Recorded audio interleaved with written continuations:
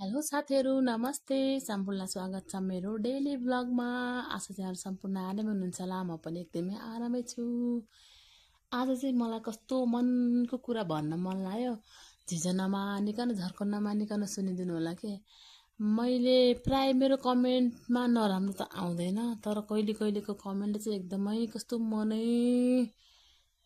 मनैदेखि खुसी हुने खालको कमेन्ट आउँछ कि। एकजना भाइ, हाम्रो भाइ नै हो ऊ चाहिँ, मेरो माइततिरको भाइ। उसले चाहिँ मलाई देखेको थियो कि अब मलाई पहिलेदेखि नै चिनेको, हामी एकै ठाउँमा हुर्केको। ऊ चाहिँ मेरो सानो भाइ जस्तै हो, मेरै अगाडि हुर्केको भाइ हो।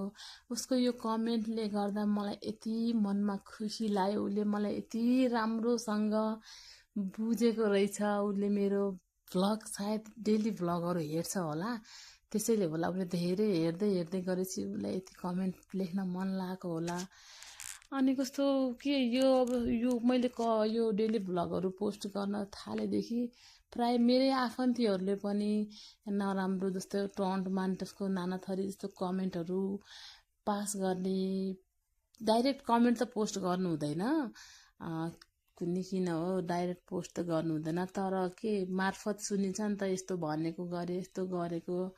अनि बोल्दा पनि बोलीको हाउभाउ नि चिनिने खालको कमेन्टहरू आइरहँदाखेरि चाहिँ यो कमेन्टले त कस्तो, मेरो त सुरुको दिन यो कमेन्टमा अस्ति नै पढेको थिएँ। यो कमेन्टलाई रिप्लाई गर्न साह्रै मन लाग्थ्यो, तर भ्याए थिएन। अब गाउँघरमा हो नि त, गाउँको काम।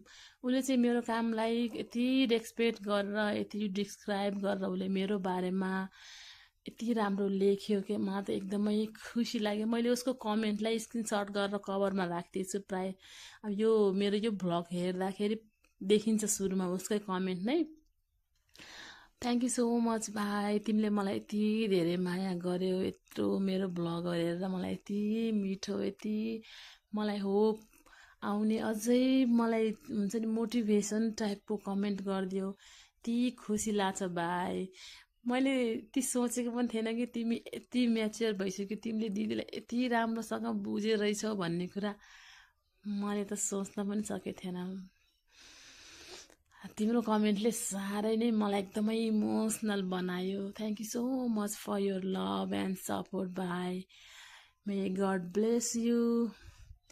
सधैँभरि शिखरमा पुग, तिमीले थालेको हरेक काममा सफल भऊ। आशीर्वाद छ।